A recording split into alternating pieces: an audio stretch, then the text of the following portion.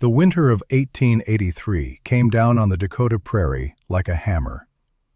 It was not a gentle slide into dormancy, but a sudden, violent freezing of the world. The land, which had been a sea of brown grass just weeks before, became a solid plate of iron-hard earth under a thin blanket of snow. The sky, once an endless blue, turned to a sheet of dull pewter, heavy and low, promising a season of suffering. The cold did not knock before it entered the small, hastily built cabins of the settlers. It seeped through the log walls, slithered through the chinking of mud and moss, and breathed its icy breath through the floorboards. It was a thief that stole warmth and a predator that hunted the unwary. In the small settlement of Providence, the fight against the cold was the only thing that mattered. Life was reduced to the simple, brutal arithmetic of survival. How much wood was chopped versus how much the fire consumed. And the fires were always hungry. In every cabin, a wide stone hearth with a straight, tall chimney was the centerpiece, a roaring, demanding god that had to be fed constantly. Men spent their days in the freezing air, their axes ringing against the frozen wood of the cottonwood groves along the creek. Women spent their days inside, feeding the beast log after log. Yet the warmth it gave was a fickle and fleeting thing. It blasted heat in a small circle, scorching those who stood too close, while leaving the corners of the single-room cabins to the mercy of the frost, which painted delicate, cruel ferns on the inside of the window panes. The design was the same one their fathers and grandfathers had used back east. A big fire meant big warmth. A straight chimney drew the smoke out fast. These were accepted truths, as solid as the frozen ground beneath their feet. Yet the truths were failing them. The wind, a relentless force on the open plains, would gust down those wide chimneys, sending smoke and ash billowing back into the rooms and driving the heat out like a frightened bird. The draft created by the roaring fires was immense, pulling cold air in through every crack and crevice, so that a man's back could freeze while his face was blistering from the heat. They burned through their woodpiles at an astonishing rate. By January, many families were already rationing, their stacks of seasoned logs shrinking with terrifying speed. The cold was winning. It was a slow, grinding siege, and the settlers of Providence were losing ground with every frozen dawn. They saw the struggle on each other's faces, in the hollowed-out look in their eyes, in the way their children huddled under thin blankets, their coughs echoing in the frigid air. The community was bound by this shared hardship, yet it offered no solutions. They simply endured, trusting in the old ways because they were the only ways they knew. They would add more mud to the chinking, stuff rags in the cracks around the doors, and chop wood with a grim, desperate resolve. They believed that the only answer to a greater cold was a greater fire, and so the cycle of labor and loss continued. The forest receded, the woodpiles vanished, and the cold remained, an unvanquished king in its silent, white kingdom. Among them lived a woman named Ilara. She was a widow, her husband taken by a fever the previous spring. She lived with her two small children, a boy of 7 and a girl of 5, in a small cabin at the edge of the settlement, slightly apart from the others. She was quiet and kept to herself, a fact the community attributed to her grief. But there was another reason for her distance. She came from a different place, a land of high, cold mountains across the sea, where winter was not a seasonal enemy, but a permanent condition of the peaks. Her husband had been a stonemason, a man whose family had built with stone for 1,000 years, and he had spoken to her not of fighting the cold, but of understanding it, of persuading it. He had filled her head with his strange ideas, sketches drawn on scraps of paper, and principles that defied the simple logic of the prairie. When the first deep cold settled in, Ilara watched her neighbors. She saw the frantic pace of their woodcutting. She saw the plumes of thick, dark smoke rising from their chimneys, carrying with it the heat that should have been warming their homes. She felt the drafts in her own cabin, built in the same flawed way as all the others, and knew it would not be enough. Her woodpile was small, and she did not have the strength to spend all her days chopping more. Her children's faces were already pale, their small bodies trembling in the mornings.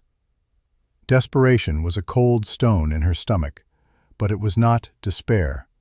It was a catalyst. She remembered the drawings, the long talks with her husband, the principles he had called ancient and proven. One morning, after a night spent feeding her own hungry fire, she made a decision. She would not spend the winter as a slave to the hearth. She would not watch her children suffer. She would build what her husband had described. She would build a heart of stone for her home. Her idea was not for a bigger fire, but a smarter one. She envisioned a massive structure of stone, brick, and clay in the center of her cabin. It would not have a wide, open maw, but a small, deep firebox. And its chimney would not go straight up. Instead, the smoke and heat would travel a long, winding path through the core of the masonry mass before exiting, stripped of its warmth, through a small, discreet vent on the roof. The stone itself would become the source of heat, a gentle, radiating warmth that would last for hours after the fire was out. She began by drawing the shape in the dirt floor of her cabin, a large rectangular base with a bench extending from one side. The first person to see it was Silas, the settlement's most respected builder. He was a large man, practical and proud, a man who trusted what he could see and what his hands had built before. He had come to check on the widow, an act of communal duty. He stopped in the doorway, his eyes fixed on the strange diagram. "What's this foolishness?" he asked, his voice not unkind, but heavy with condescension. Ilara looked up from her work, her face smudged with dirt. "I am building a new hearth," she said simply. Silas grunted, stepping inside. He looked at the existing fireplace, then back at the drawing. "There's nothing wrong with your hearth that a good supply of wood can't fix. This thing, where does the smoke go? A chimney must go straight. It must breathe."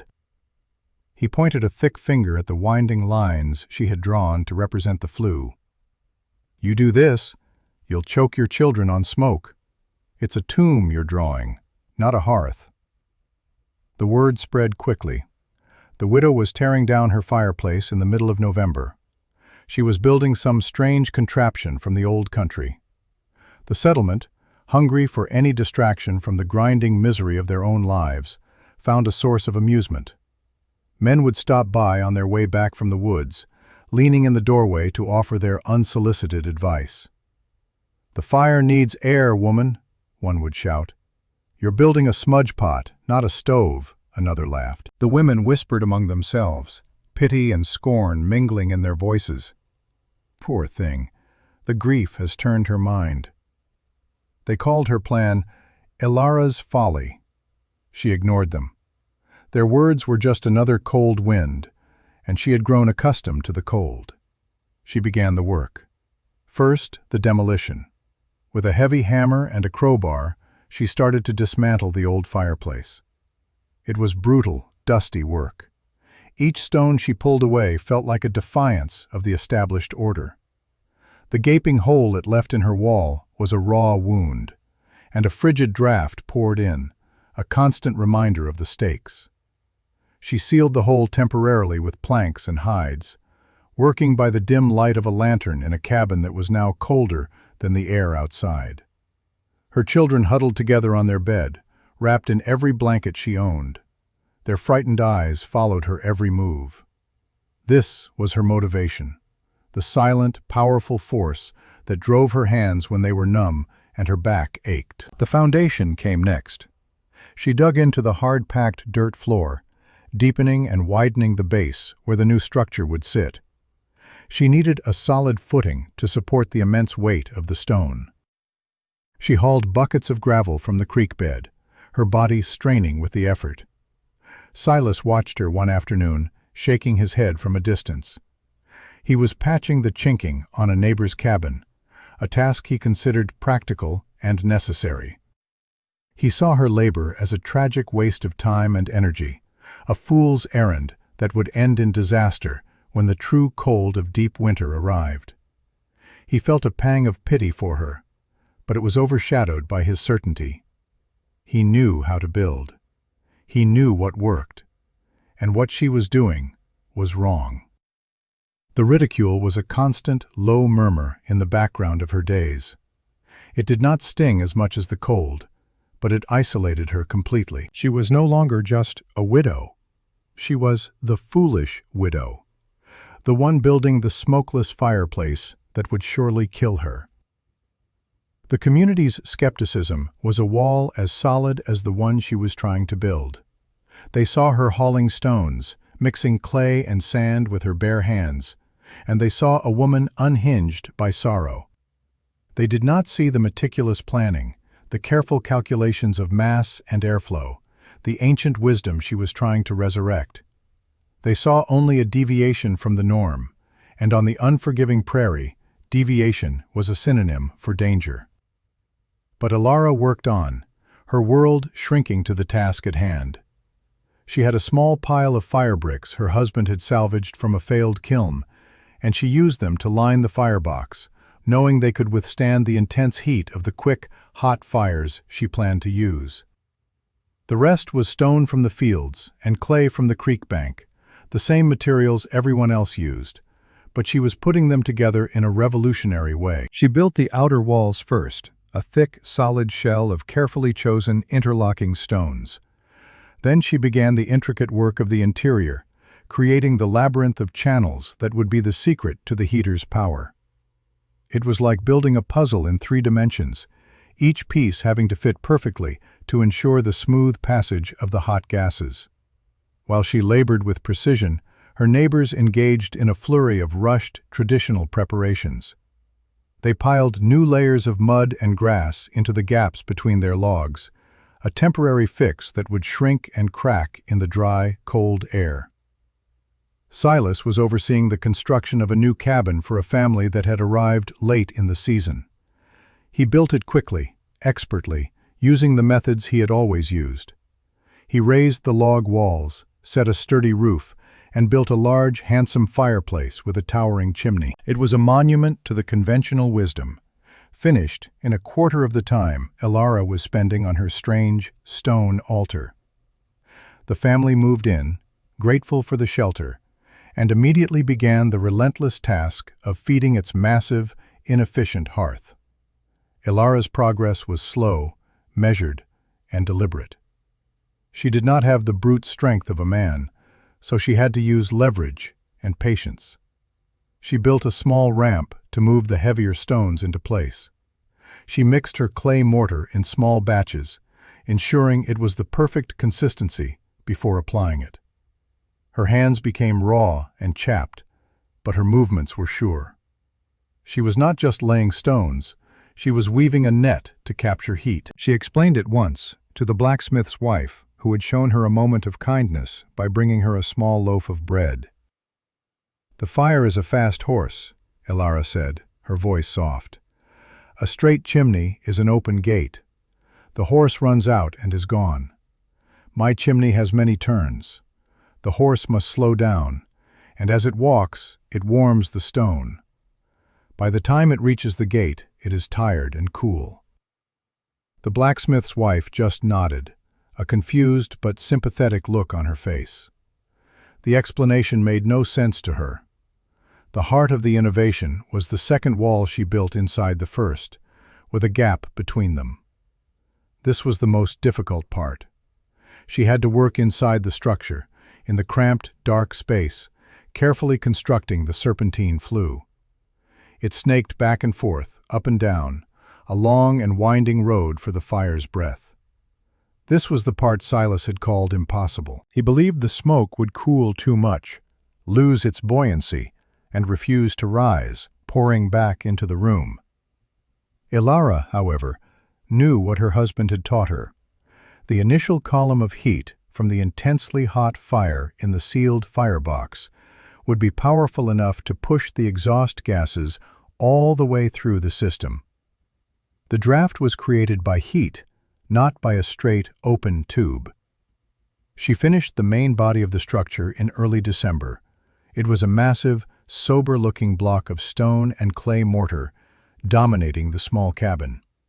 A thick, flat stone slab on top served as a cooking surface, and the low bench that extended from its side was wide enough for her children to lie upon. The final piece was the flue exit.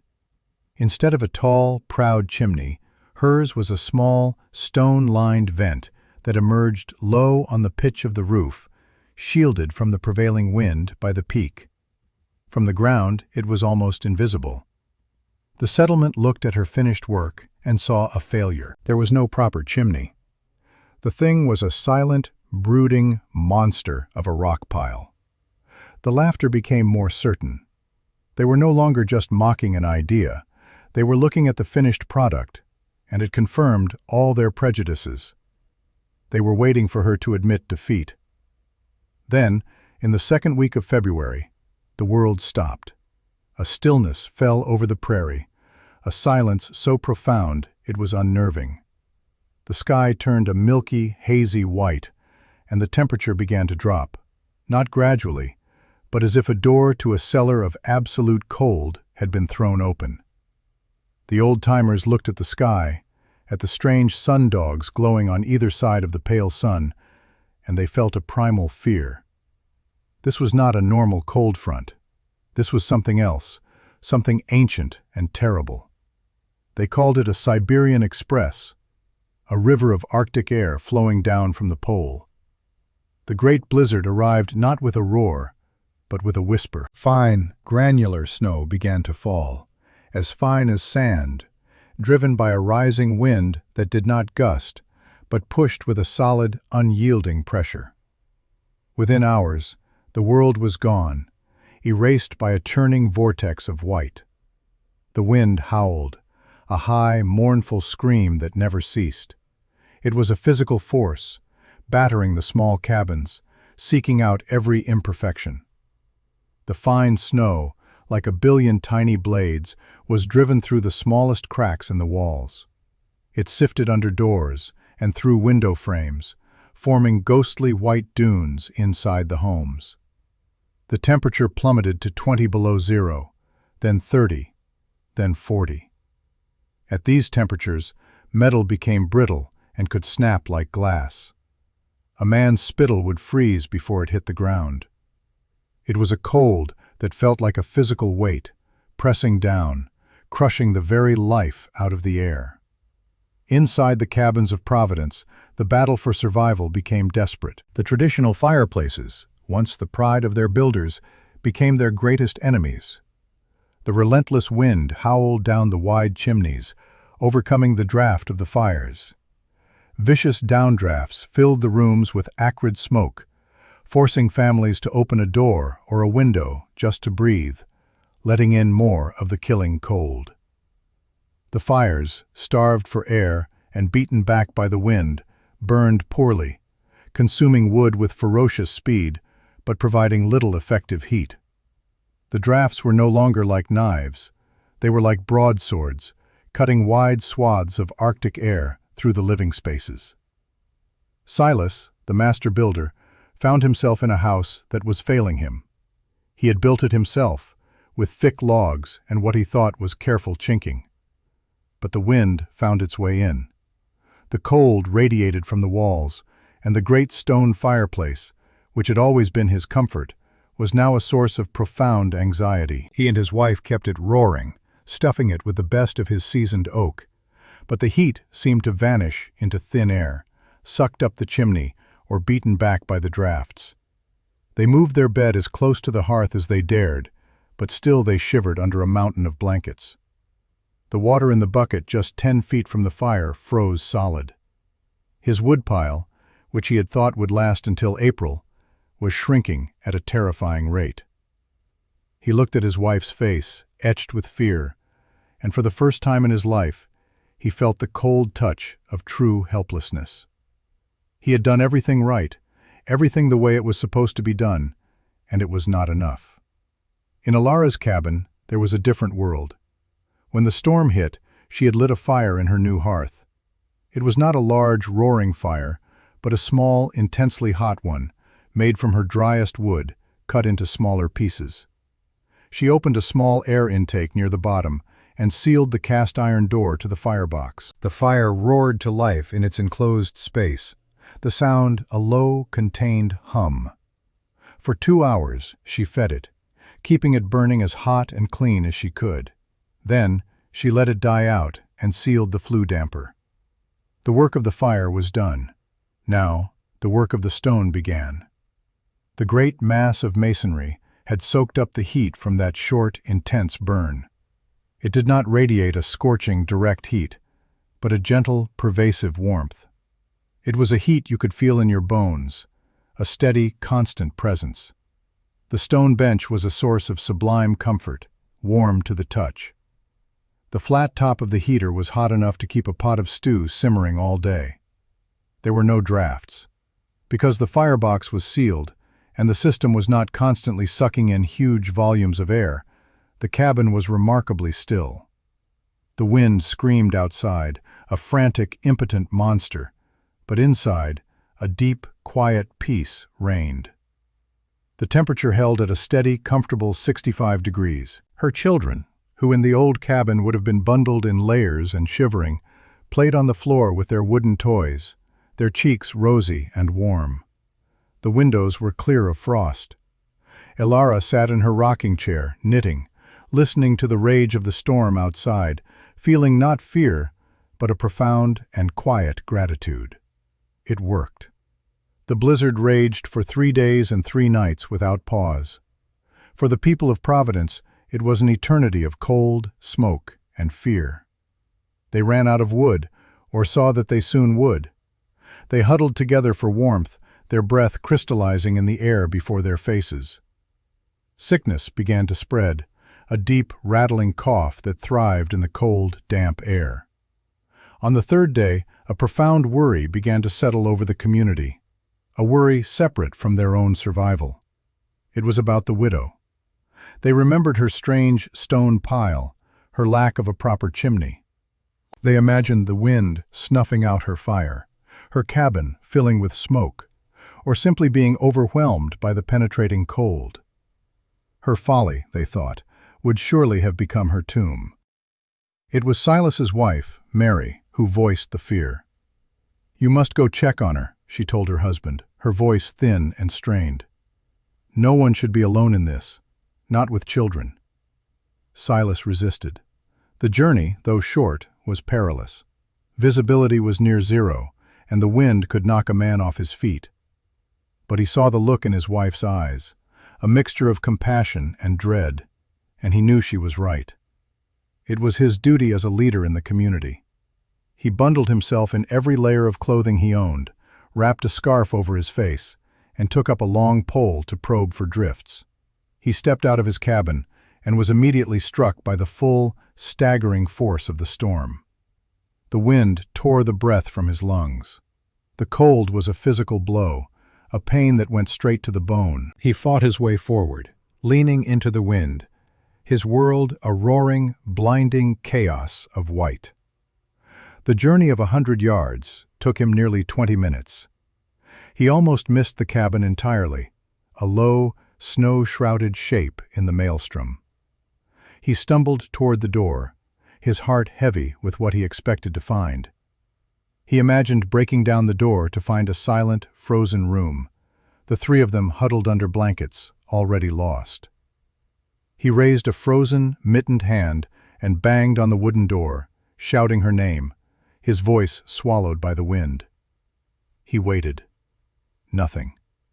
He banged again, harder, ready to put his shoulder to it. Then the latch clicked, and the door swung inward. And Silas was struck by a force more powerful than the wind. It was a wave of calm, even, and absolute warmth. It washed over him, melting the ice from his beard, seeping into his frozen clothes. It was not the scorching, dry heat of a roaring fire, but something else, something gentle and alive. He stood there, dumbfounded, blinking into the softly lit interior. He saw Ilara, her expression calm. He saw her 2 children on the floor, playing with a set of wooden blocks, dressed not in heavy coats, but in simple wool sweaters. There was no smoke. There was no roaring fire. There was only the quiet, brooding mass of stone in the center of the room, and a profound, unbelievable warmth. He stumbled inside, pulling the door shut against the screaming wind. He was speechless. He looked around the cabin, his eyes wide with disbelief. The air was fresh and still. The windows were clear. He reached out a hand and touched the stone of the bench that extended from the heater. It was not hot enough to burn, just deeply, wonderfully warm. He looked at Ilara, then at the stone, then at the happy, oblivious children. All his certainty, all his pride as a builder, all his derision for her folly, collapsed in an instant. He was wrong. He was completely, fundamentally, and dangerously wrong. "How?" he finally managed to whisper, his voice hoarse. Ilara did not gloat. There was no trace of triumph in her eyes, only a quiet, weary compassion. She saw the exhaustion and shock on his face. She simply gestured to the warm bench. "Sit, Silas," she said softly. "I will make you some tea." He sank onto the bench, the deep warmth seeping into his frozen limbs, and he felt a lifetime of conviction crumble into dust. He had come expecting to be a savior, to find a tragedy. Instead, he had found a sanctuary. He had come bearing pity. He was leaving with a lesson in humility that was as profound and penetrating as the cold he had just escaped. He looked at the massive stone heart of the room, the source of this impossible comfort, and understood that he was in the presence of a wisdom he had been too proud to see. When the storm finally broke on the 4th morning, it left behind a world transformed. The sky was a brilliant, aching blue, and the sun shone on a landscape buried under immense drifts of snow. The world was silent, beautiful, and treacherous. As soon as paths could be dug, the news began to travel, carried first by Silas. He returned to his own frigid cabin, a changed man. He told his wife Mary what he had seen, his voice filled with an awe that bordered on reverence. A warm house, no smoke, happy children, a tiny woodpile. Mary listened, her skepticism warring with the sincerity in her husband's eyes. The story seemed too fantastic to be true, a fever dream born of the storm. But Silas was not a man given to fantasy. His word carried weight.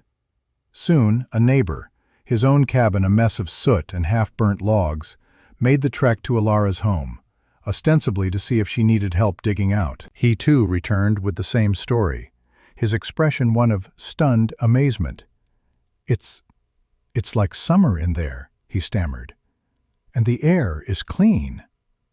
One by one, and then in small groups, they came.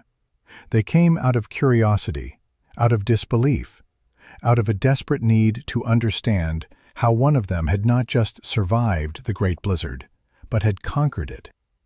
They would stand in her doorway, stamping snow from their boots, and fall silent as the wave of gentle, radiant heat washed over them.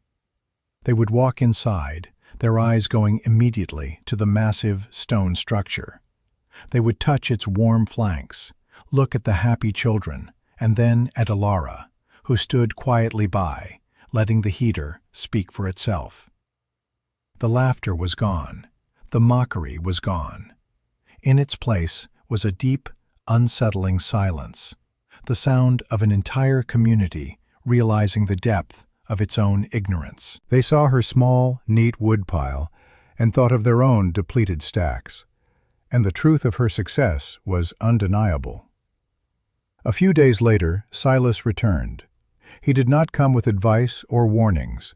He came with a slab of slate he used for notes and a piece of charcoal. He stood before Ilara, his large frame seeming smaller, his proud face humbled. He did not waste words. "Teach me," he said. It was not a request, it was a plea. In that moment, he was not Silas, the master builder, the respected leader. He was a student, and she was the master. Elara simply nodded. She led him to the hearth and began to explain. She did not use complicated terms. She spoke of simple principles. She drew in the ash on the floor, showing him the path of the fire's breath. She explained the need for the firebox to be sealed, to create a fire hot enough to burn the smoke itself, leaving almost no creosote. She explained how the mass of the stone acted like a vessel, holding the heat for hours, releasing it slowly, gently. She showed him how the small flue exit on the roof was protected from the wind, preventing the downdrafts that had plagued their own homes. He listened, rapt, scratching diagrams onto his slate, asking sharp, intelligent questions. He was a builder, and he began to grasp the elegant physics of it. He saw the genius in its simplicity, the wisdom in its design. Others joined him, the blacksmith, the farmer, the young man who had laughed the loudest at her folly. They gathered around, listening as she shared her husband's knowledge freely, without any expectation of payment or even thanks. She held nothing back. It was a gift, given to the community that had scorned her, because she knew that their survival was intertwined. The prairie did not care about pride or old habits. It only rewarded what worked. That spring, a new sound filled the air in Providence. Alongside the familiar ring of the axe and the rasp of the saw, there was the chip, chip, chip of the mason's chisel on stone. Led by Silas, the men of the settlement began to rebuild. In cabin after cabin, they dismantled the old, inefficient fireplaces. They dug new foundations. They hauled stone and mixed clay mortar. Silas, once the chief skeptic, was now the most zealous advocate, working from the careful drawings he had made, consulting with Elara on every detail. He insisted they be called Elara's hearts, for they were more than just heaters. They were the new, warm center of every home. The physical landscape of the settlement began to change. The tall, proud chimneys, once a symbol of a home, began to disappear, replaced by the low, discreet vents of the new heaters. The work was slow and difficult, but it was a communal effort, born of shared hardship and newfound respect. The men who had once mocked Elara now sought her quiet approval of their stonework. The women who had pitied her now brought her gifts from their gardens and sought her advice. She was no longer the foolish widow. She was the woman who had understood the winter. The story of Providence's survival and transformation began to spread. A surveyor passing through the next year spent a night in Silas's cabin and was astonished by the comfort and efficiency of the heater. He had never felt anything like it. He made detailed sketches and took the idea with him to the new settlements rising further west. A traveling preacher wrote a letter to a newspaper in the East, telling the incredible story of a widow whose folly had saved an entire town from a blizzard that had wiped out others. The idea traveled, passed from person to person, a quiet revolution in how to live in a hard land. It was adapted and modified, but the core principles remained the same: a hot, fast fire, a mass to hold the heat, and a long path for the smoke. Years passed. Elara watched her children grow up in a community that was no longer defined by its struggle against the cold, but by its resilience. The winters still came, fierce and unforgiving, but they were no longer a terror. They were simply a season. The houses were warm, the woodpiles lasted, and the children were healthy. The Great Blizzard of 1883 became a legend, a story told to grandchildren not as a tale of suffering, but as the story of how they learned to be wise. It was the story of how the harshest winter had taught them their most valuable lesson. The true legacy was not in the stone and mortar. It was in the change of heart. It was in the humility that replaced pride, the cooperation that replaced mockery. The people of Providence learned that wisdom does not always speak in a loud voice. Sometimes it is quiet, patient, and found in the places you least expect it. They learned that the most cherished traditions can become a cage, and that survival sometimes requires the courage to let them go, to trust a new idea, especially one that comes from a place of quiet observation and deep understanding. The cold had taught them that what matters is not what has always been done, but what truly works. If this story reminded you of the power of quiet wisdom, share it with someone who believes in looking at old problems in new ways. And follow for more timeless stories of courage, survival, and ingenuity.